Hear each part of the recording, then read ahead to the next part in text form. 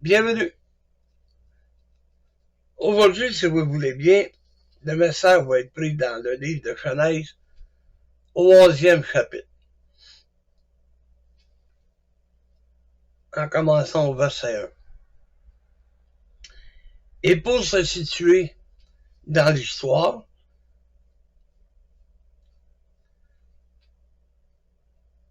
Noé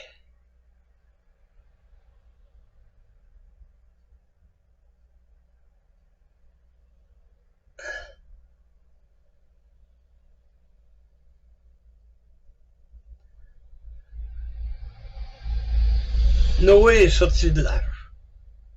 Noé a vécu 350 ans. Et durant cette période, ses fils ont eu des enfants. Et ils ont repeuplé la terre comme Dieu leur avait dit de faire. Et là, on se retrouve que les gens avaient un même langage. Ils parlaient la même langue. C'est ce qu'on va retrouver à partir du verset 1. Toute la terre avait une seule langue et les mêmes mots. Et essayez d'imaginer là, que tu pars de chez vous, tu t'en vas en Allemagne, et en Allemagne, ils parlent français. Au lieu d'être allemand, ils parlent français. Tu t'en vas au Japon, ils parlent français. Tu t'en vas en Chine, ils parlent français. Partout où tu vas aller sur la terre, les gens avaient le même langage. Ils parlaient tous, j'ai pris l'exemple de français, ça aurait pu être hébreu, ça aurait pu être araméen, ça n'a pas d'importance, c'est l'exemple que je veux vous donner. Donc, il y avait une seule langue et un seul langage.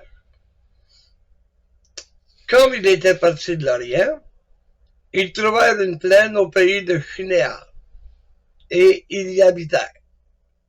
Bon, ils sont trouvés une plaine.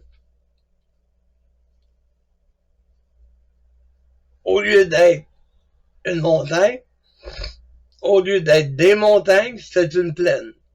Là où ils pouvaient cultiver facilement, là où ils pouvaient s'étaler, avoir de quoi se nourrir, la plaine. Parce qu'en montagne, c'est assez difficile de faire des cultures. C'est assez difficile en montagne d'être capable de travailler la terre. C'est pas comme sur une plaine. Et ils se dirent l'un à l'autre, allons, faisons des briques et cuisons-les au feu. Et la brique leur servit de pierre, et le bitume leur servit de ciment. Bon, et c'était la méthode qu'il y avait à l'époque pour être capable de bâtir, de faire des bâtiments. Ils se faisaient cuire des briques, puis ils les enveloppaient de bitume. Un peu comme si on prenait un bloc de ciment et qu'on mettait du ciment pour le faire tenir. Bon, c'est un peu le même principe. Ils dirent encore, et la première idée, c'était de bâtir. Ils dirent encore, allons, bâtissons-nous une ville et une tour dont le sommet touche au ciel. Et faisons-nous un nom, afin que nous ne soyons pas dispersés sur la face de toute la terre. Bon. Pourquoi bâtir une tour qui toucherait au ciel? Vous savez, scientifiquement, humainement, c'est impossible de toucher au ciel. Parce que quand on regarde la Bible King James, on parle pas du ciel bleu. On parle de heaven. On parle du ciel, le paradis de Dieu. Là où habite Dieu. Le plus haut gratte-ciel, il est à Dubaï. Et il mesure 828 mètres ou 2700 pieds de hauteur, avec 163 étages. Hey, on commence à parler. On commence à parler de vraiment une hauteur. Et ils ne touchent pas le ciel encore. Là. Des avions qui vont à 35-40 000 pieds dans les airs. Ils ne touchent pas le ciel encore. Des fusées qui vont jusqu'à la Lune, qui ont été jusqu'à la Lune, et que là, ils envoient vers Mars, ils envoient vers Jupiter, ils envoient vers d'autres planètes. Ils ne touchent pas encore au ciel. Humainement, c'est impossible. C'est impossible d'être capable de bâtir quelque chose ou d'aller ou de prendre un avion ou une fusée et d'atteindre le ciel de Dieu. D'accord?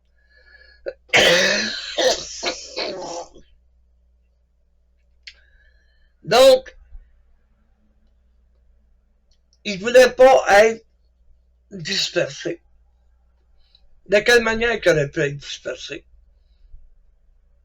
Ces gens-là ont eu peur du déluge. Ils ont entendu parler du déluge, mais ils ont oublié la promesse que Dieu détruirait plus la terre par l'eau. Ils ont oublié cette promesse. Ils sont souvenus du déluge, par exemple. Ensuite, ils n'avaient entendu parler de la catastrophe que ça avait produit. Donc, ce qu'ils voulaient, c'était éviter un autre déluge.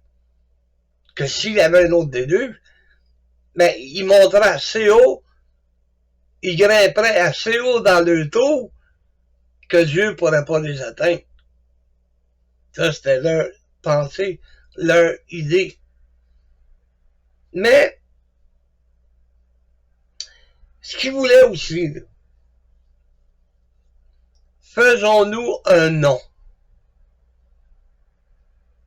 C'est le nom de Dieu qui doit être reconnu. C'est le nom de Dieu qui doit être glorifié. Pas le nom du bâtiment, pas le nom d'un peuple. Aujourd'hui, t'as des pasteurs charismatiques. Ils font pas connaître le nom de Jésus. Ils font connaître le fait qu'ils sont charismatiques. Ils font connaître le fait qu'ils sont des grands prêcheurs. Vous savez, je suis pasteur. Mais c'est pas mon nom qui est important. C'est pas le nom dans l'église à laquelle je travaille. Ce qui est important, c'est le nom du Seigneur. C'est lui qui doit être connu ou reconnu. Tu sais, c'est pas les grandes églises, les grandes chapelles, les grandes cathédrales qui doivent être connues. Pourtant, si tu regardes, il y en a combien de cathédrales qui sont reconnues mondialement comme des monuments mondiaux. Et prenez l'exemple de récemment Notre-Dame de Paris qui a passé au feu. Ben, ils ont reçu des dons comme jamais pour rebâtir la section qui avait été brûlée. Il y a un exemple aussi, c'est la cathédrale de Canterbury en Angleterre. Ça a pris 7 ans de travail. Des milliers de travailleurs qui sont blessés, qui sont morts. Il n'y avait pas de CSST dans ce temps-là. À passer au feu, ils ont rebâti Mais c'est une des plus belles cathédrales qu'il n'y a pas. Une des plus grandes cathédrales qu'il n'y a pas. C'est pas le nom du Seigneur qui est évoqué, là. C'est pas le nom du Seigneur qui est connu. C'est la cathédrale de Canterbury. Comme Notre-Dame de Paris. Comme l'évêché de Joliette. Et c'est proche de nous autres, là. Mais c'est une méchante belle bâtisse, là. Et combien il y en a, là? Vous savez, les chapelles, ou les églises, comme le monde aime les appeler, c'est toujours le sommet le plus haut. Ils sont hautes. Pour que quand tu rentres dans le village, tu saches où est l'église. C'est beau, là. Mais combien il y en a de personnes qui ont perdu la vie en essayant justement de réparer ou bon, de fabriquer des hauts sommets de même. Et il y a plein d'histoires justement sur les chapelles, les grandes églises. Et une que j'ai entendue il n'y a pas si longtemps que ça. L'église de Saint-Jacques, dans la Naudière. Quand ils ont installé le sommet, il y a un cheval noir. C'est le seul qui a été capable de tirer les câbles pour être capable d'installer le clocher. Et les gens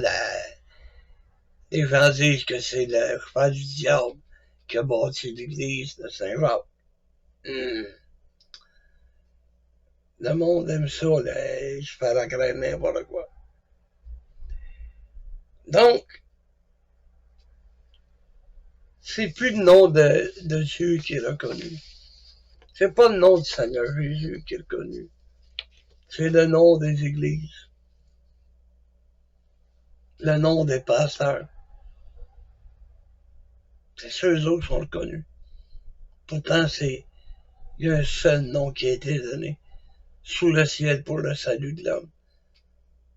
C'est le nom de Jésus. Au nom de Jésus, on a été sauvés. Par le nom de Jésus, on a été sauvés. C'est lui le nom le plus important. Alors, ce que Dieu a fait, le verset 5, il dit, l'Éternel descendit pour voir la ville et la tour que bâtissaient les fils des hommes. Il est venu voir qu'est-ce qui se passait. Et l'Éternel dit, voici, ils forment un seul peuple. Ils ont tous une même langue. Et c'est là ce qu'ils ont entrepris. Maintenant, rien ne les empêcherait de faire tout ce qui leur est projeté. Et il aurait été capable de la bâtir, la tour. Il aurait été capable de bâtir une ville. Et le but ultime, c'était de se faire un nom. Le but ultime, c'est pas de se faire un nom. C'est de glorifier Dieu. C'est ça le but ultime. Le but ultime, c'est que Dieu soit reconnu et non pas l'homme. Et il y a des grands hommes qui ont vécu sur la terre, mais il n'y en a aucun qui est aussi grand que le Seigneur. Puis il n'y en aura jamais un autre qui va être aussi grand que le Seigneur a été et qui est encore. Et au verset 7, on peut lire, allons, descendons et là, confondons leur langage, afin qu'ils n'entendent plus la langue des uns des autres. Et du jour au lendemain, t'arrives, Tu jases avec ton voisin, il parle la même langue que toi, il parle en français, un exemple. Le lendemain, il est plus capable de parler en français. Il parle en allemand. Ben là, ça serait assez confondant. Voyons. Je l'entends plus. Je peux plus lui demander s'il y a du lait. Je peux plus l'inviter à prendre un café. Je peux plus jaser avec lui. Il parle plus la même langue que moi. Si on avait eu des projets ensemble, je sais pas,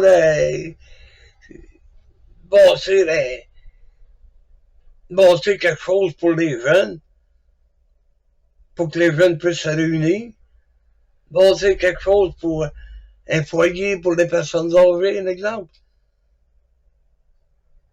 Mais là, il est plus capable de me donner les mesures pour les portes, les fenêtres. Il est plus capable de me dire que bon, on va monter tel mur aujourd'hui. Il parle plus la même langue que moi. Je peux plus le comprendre. Fait qu'imaginez la confusion que ça a fait. Et on parle pas d'une personne, là. On parle d'une grande nation. On parle d'un peuple. Toute la terre avait la même langue. Puis là, tout d'un coup, pouf! Il peut faire la même chose. Alors, ce qui leur faisait peur est arrivé au verset 8. Et l'Éternel les dispersa loin de là, sur la face de toute la terre, et ils cessèrent de bâtir la ville. Il avait peur d'être dispersé. Mais leur crainte, c'est avéré vrai, parce que c'est ce qui leur est arrivé. L'Éternel les a dispersés. Ils se comprenaient plus l'un et l'autre. Et c'est pour ça que on a appelé du nom de Babel. Car c'est là que l'Éternel confondit le langage de toute la terre. De toute la terre. C'est là que l'Éternel les dispersa sur la surface de toute la terre. D'un tour de confusion. Ils ont été confus. Dieu les a confus. Dieu c'est arrangé qu'ils soient plus capables de se parler l'un de l'autre.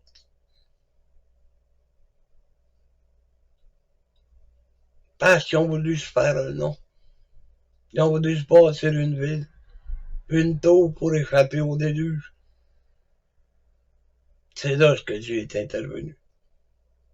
Et ce n'est que le jour de la Pentecôte, après la résurrection de Jésus,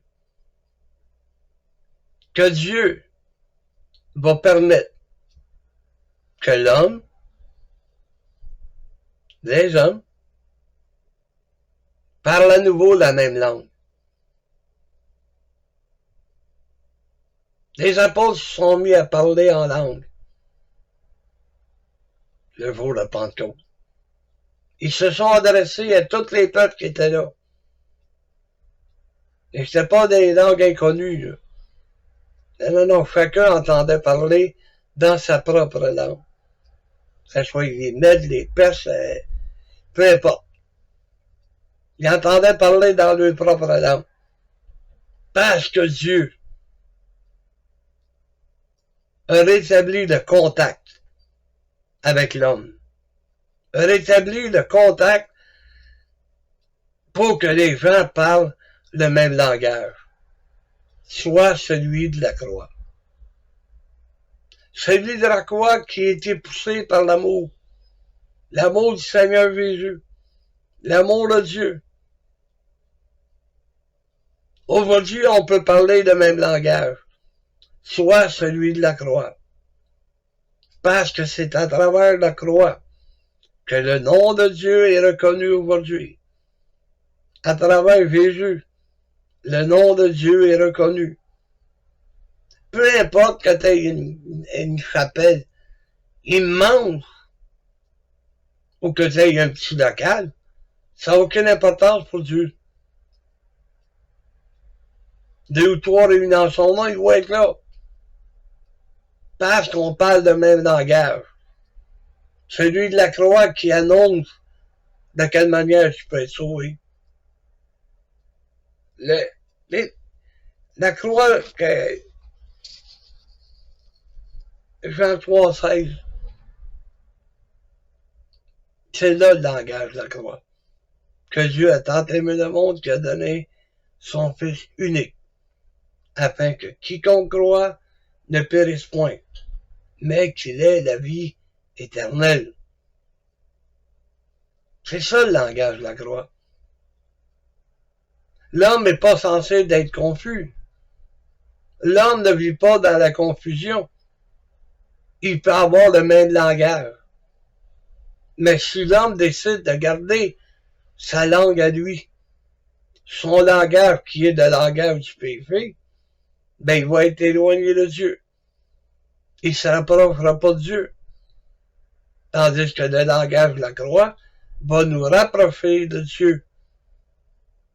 Il va nous sauvegarder du malheur. Il va nous aider en tout temps. C'est ça le langage de la croix. Et que tout homme soit reconnu pour menteur, mais seul Dieu pour vrai. C'est là le langage de la croix. Dieu a tant aimé le monde qu'il a donné son Fils unique. Alors aujourd'hui, on n'est pas censé d'être confus. On doit parler le même langage, celui de la croix.